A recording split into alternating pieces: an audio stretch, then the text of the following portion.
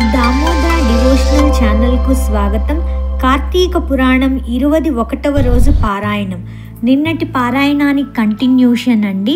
నిన్న జలంధరుని దెబ్బకి దేవతలందరూ మేరు పర్వతం దగ్గర దాక్కున్నారు కదా, దానికి కంటిన్యూషన్.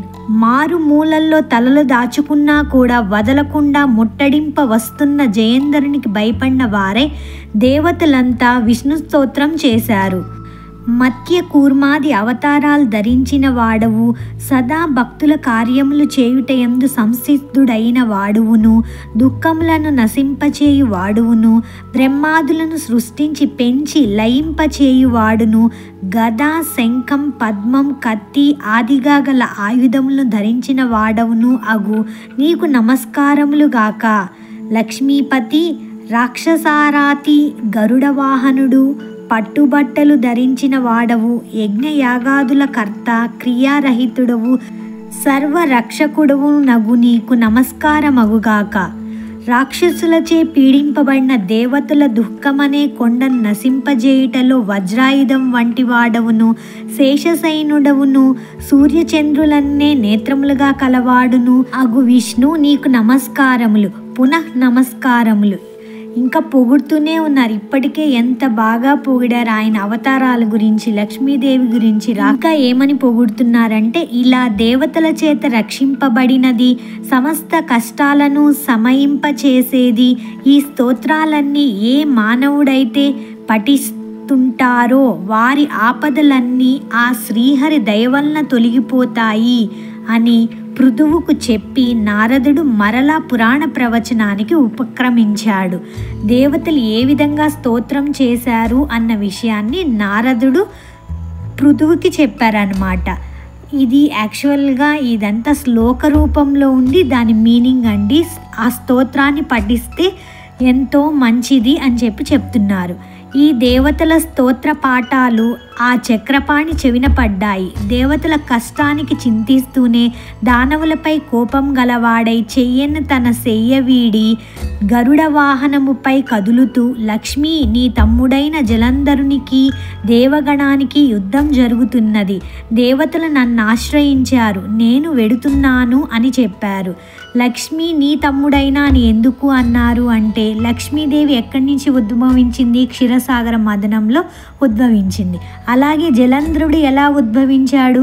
గంగా సాగర సంగమం వల్ల పుట్టాడు. అంటే ఇద్దరు సముద్రంలో నుంచే, సముద్రుడు తండ్రిగా ఉద్భవించారు కాబట్టి ఇద్దరు అక్క తమ్ముళ్ళలాగా ఇక్కడ సంబోధించారనమాట. అందుక ఇందిరాదేవి రవ్వంత చెలించినదై, నాత, నేను నీకు ప్రియురాలినై ఉండగా నీవు నా తమ్ముణ్ణి వధించడం ఎలా జరుగుతుంది అని ప్రశ్నించింది.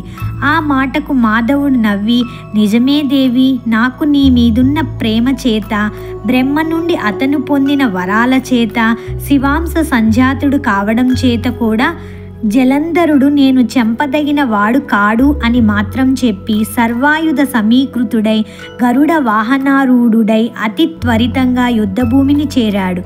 మహాబలి అయిన గరుడిని రెక్కల విసురులకు పుట్టిన గాలి వలన రాక్షస సేనలు మేఘ శకలాల వలె చెల్లా చెదురై నేలరాలిపోసాగాయి.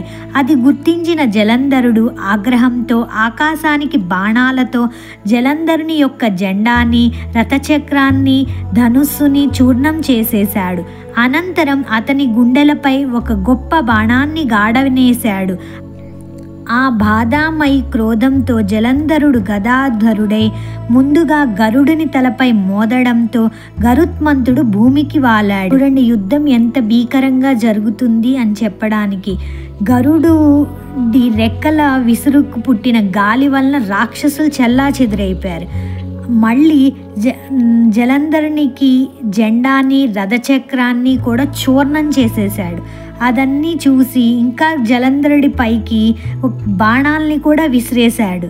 ఆ విసిరడంతో ఏమైపోయాడు? జలంధరు కోపోద్రిక్తుడై గరుడి పైన ఏం చేశాడు?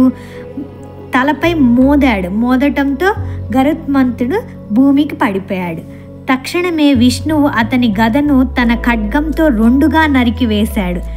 విష్ణుమూర్తి ఖడ్గం పేరేంటో తెలుసా?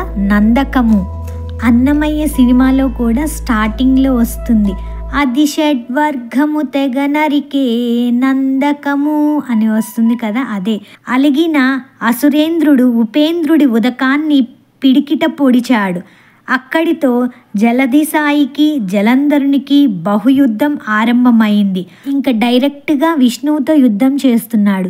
ఆ భూజ స్పాలనలకు, ముష్టిఘాతాలకు, జానువుల తాకిళ్ళకి భూమి మొత్తం ధ్వనిమయమైపోసాగింది. భయావహమైన ఆ మనోహర కలహంలో జలంధరుని బలాక్రమాలకు సంతుష్టుడైన సంకర్షణుడు, నీ పరాక్రమం నన్ను ముగ్ధుణ్ణి చేసింది, ఏదైనా వరం కోరుకో అన్నాడు. విష్ణువు అలా అనగానే జలంధరుడు చేతులు జోడించి, బావా రమారమణ, నీవు నా యందు నిజంగా ప్రసన్నుడవే అయితే నా అక్కగారైన లక్ష్మీదేవితోనూ నీ సమస్త వైష్ణవ గణాలతో సహా తక్షణమే వచ్చి నా ఇంట కొలువుండిపోమ్మని కోరాడు. తానిచ్చిన మాట ప్రకారం తక్షవాహనుడు తక్షణమే దానవ మందిరానికి తరలి వెళ్ళిపోయి అక్కడ నివాసం ఉంటున్నాడు అన్నమాట విష్ణుమూర్తి.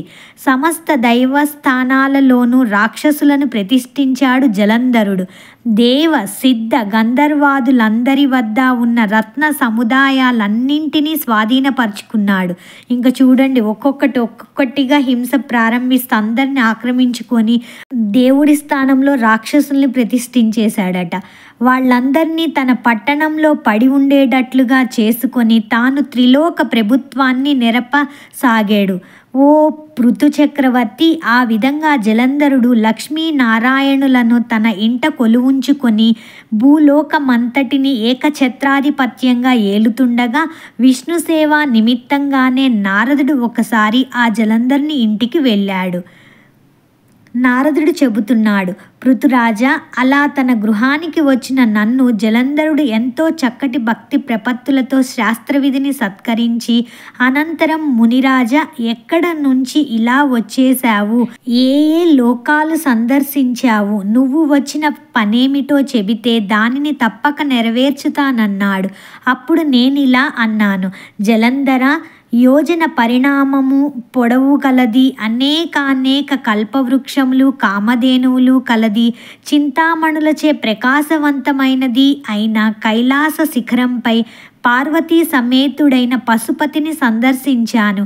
ఆ వైభవాలకు దిగ్భ్రాంతులైన నేను అంతటి సంపద కలవారు మరెవరైనా ఉంటారా అని ఆలోచించగా త్రిలోక చక్రవర్తి అయిన నీవు స్ఫురించావు. నీ సిరి సంపదలు కూడా చూచి నువ్వు గొప్పవాడివో ఆ శివుడు గొప్పవాడో తేల్చుకోవాలని ఇలా వచ్చాను.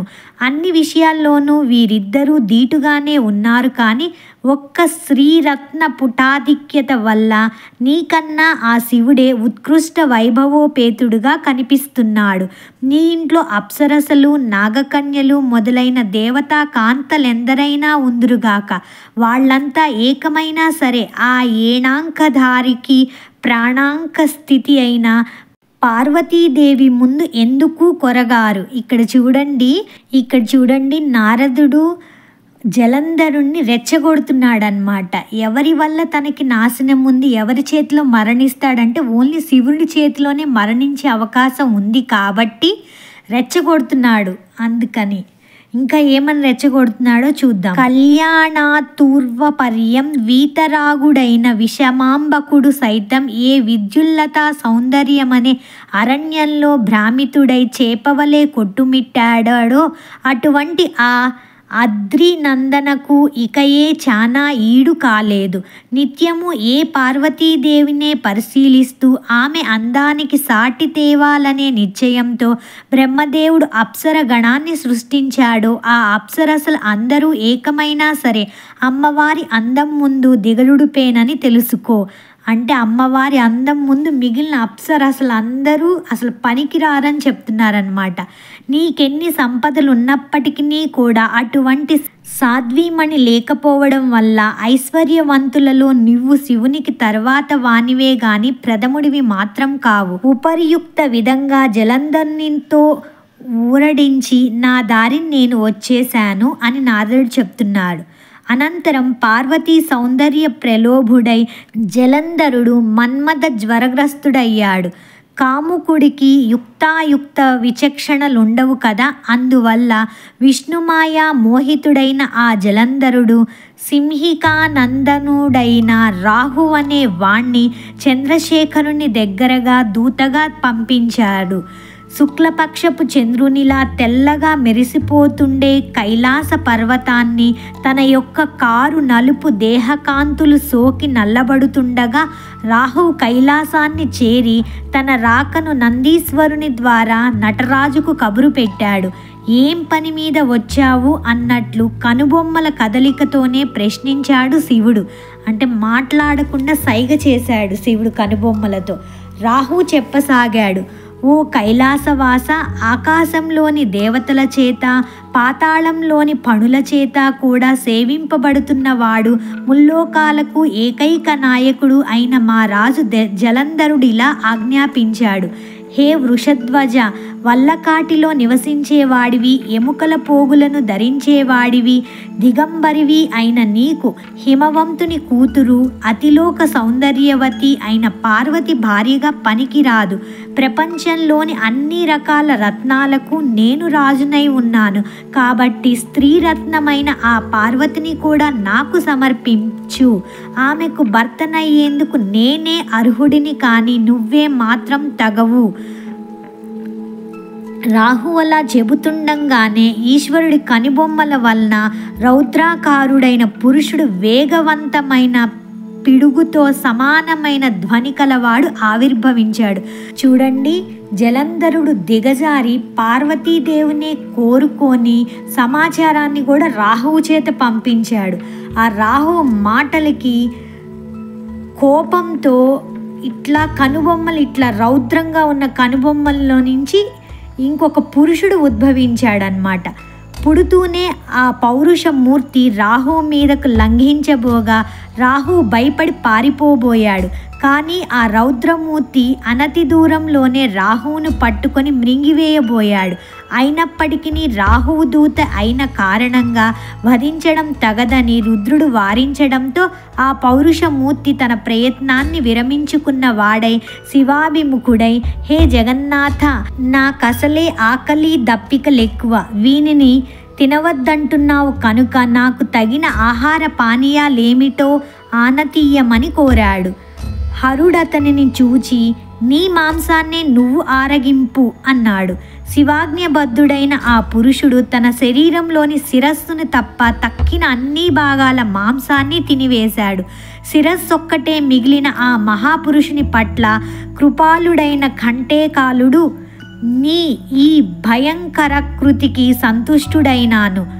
ఇక నుంచి నువ్వు కీర్తిముఖ సంజ్ఞతో విరాజిల్లు అని ఆశీర్వదించాడు.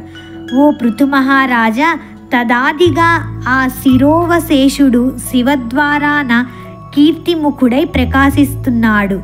ఇక్కడ చూడండి, ఆ భయంకరమైన పురుష రూపం తన శరీరాన్ని తానే తినేసి ఓన్లీ శిరస్సు మాత్రమే ఉన్నది. దాంతో సంతుష్టుడైన శివుడు అతనికి ఏమని కోరిక ఇచ్చాడు అంటే, నీవు కీర్తిముఖుడు అనే పేరుతో శివాలయం ముందు ఫస్ట్ నువ్వు ఉంటావు, నిన్ను దర్శించుకున్న తర్వాతే నన్ను దర్శించుకుంటారు అని వరమిస్తారనమాట. మనం గమనిస్తే ఎక్కడైనా పెద్ద పెద్ద బిల్డింగ్స్ కడుతున్నప్పుడు కానీ ఏదైనా జరుగుతున్నప్పుడు కానీ ఒక పెద్ద భయంకరమైన పెద్ద పెద్ద కళ్ళుండి ఓన్లీ తల మాత్రమే ఉండే రూపం కనపడుతూ ఉంటుంది, దిష్టి బొమ్మలాగా పెద్దది.